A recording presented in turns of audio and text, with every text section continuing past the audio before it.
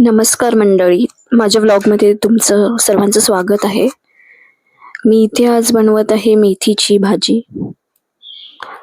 तर आम्ही कोकणातले असल्यामुळे आम्ही माझ्या पद्धतीने कोकणी मालवणी पद्धतीने मी तुम्हाला मेथीची भाजी दाखवते. तुम्ही कशी करता तेही कमेंट करून सांगा. तर इथे मी ऑलरेडी फोडणीला टाकलेलं आहे लसूण, कांदा, हिरवी मिरची आणि आता मेथी मी बारीक चिरून घेते. मेथी चिरून नाही घेतली तरी चालते, त्याचं सत्व चांगलं आपल्याला भाजीमध्ये मिळतं.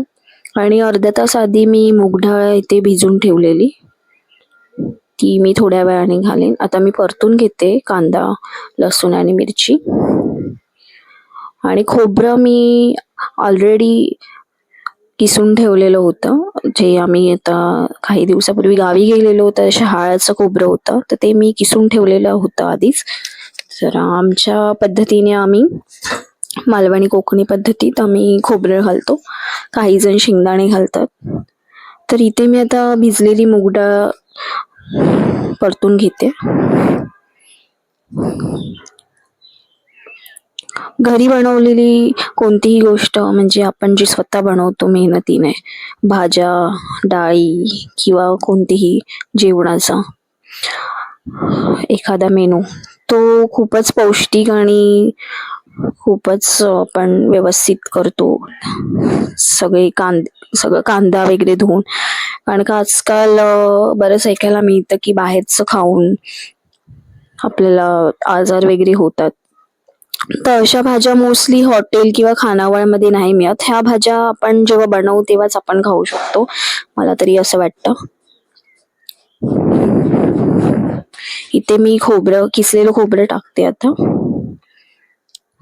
जे शहाळ्याचं होतं त्यामुळे ते थोडं पिवळा दिसतंय. शहाळ्याचं फ्रेश खोबरं आहे.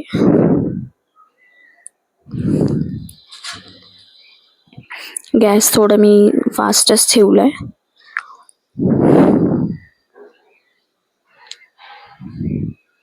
तर ह्या भाज्या परतून परतून घ्यायच्या असतात आपल्याला, काही वाफेवर शिजवायच्या नसतात. जसं की पालक, मेथी, जे हिरव्या भाज्या, शेपू परतून परतूनच आपल्याला कराव्या लागतात.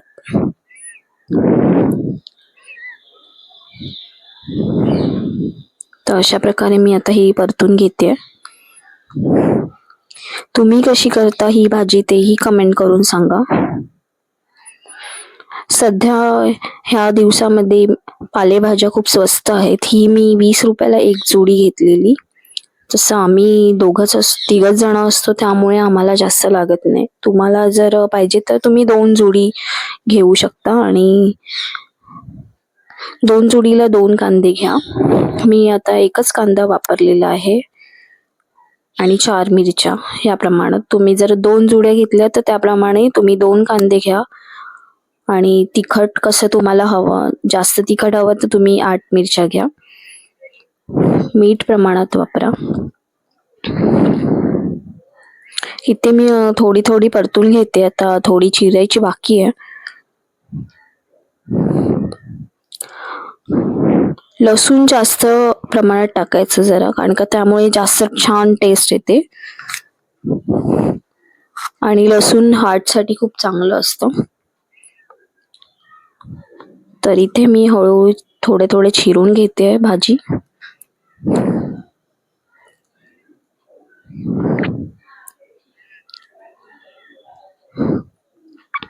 ही मालवणी कोकणी पद्धतीची आहे. मी मूळची मालवणचीच असल्यामुळे मी पण आईच्या सांगण्यावरून मी ह्या भाज्या शिकली आहे, आईच्या शिकवण्यावरून. त्यामुळे मी सुद्धा ही अशीच भाजी करते माझ्या आईसारखी. तुम्ही कशी करता हे आवर्जून कमेंट करून सांगा, त्यामुळे मलाही समजेल. ते परतून परतून घेते. थोडी खाली लागल्यासारखी वाटली तर टोप नळाखाली बॅक साईडने थोडं पाणी मारून घ्या. इथे गॅस माझा जास्त फास्ट असल्यामुळे